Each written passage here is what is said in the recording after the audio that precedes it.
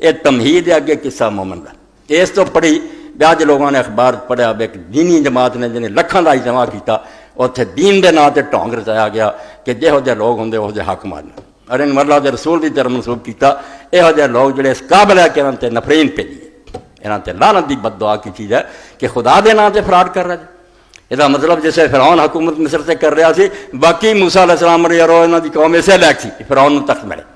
شرم کریا کرو خدا دے ظالم اور باغی بندے اگر زمین سے مسلط ہو جان تو ریا دے پیچھے پا دیں میں ریا اس تو تادے انہوں سزا ملی گئی.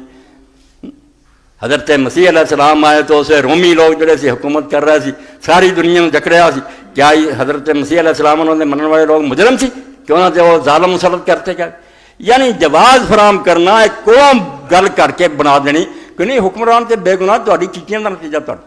ارے انہوں رسول اللہ کی طرف منسوب کر دے کہ جس طرح دے تسی ہو گئی وہ لا لگ لیا دنیا کا کوئی مولوی اللہ دے رسول نے اگر فرمایا میرے سامنے پیش کر خدا تو ڈر دو. اللہ تو دسن گیا کہ ظالماں نے خدا دیا نافرمانیاں کیتیاں اور زمین تے انہوں نے فساد مچایا تو میں انہوں نے تختے اٹھتے نہ انہوں نے فوجاں کام آئیاں نہ انہوں نے خزانے کام آئے.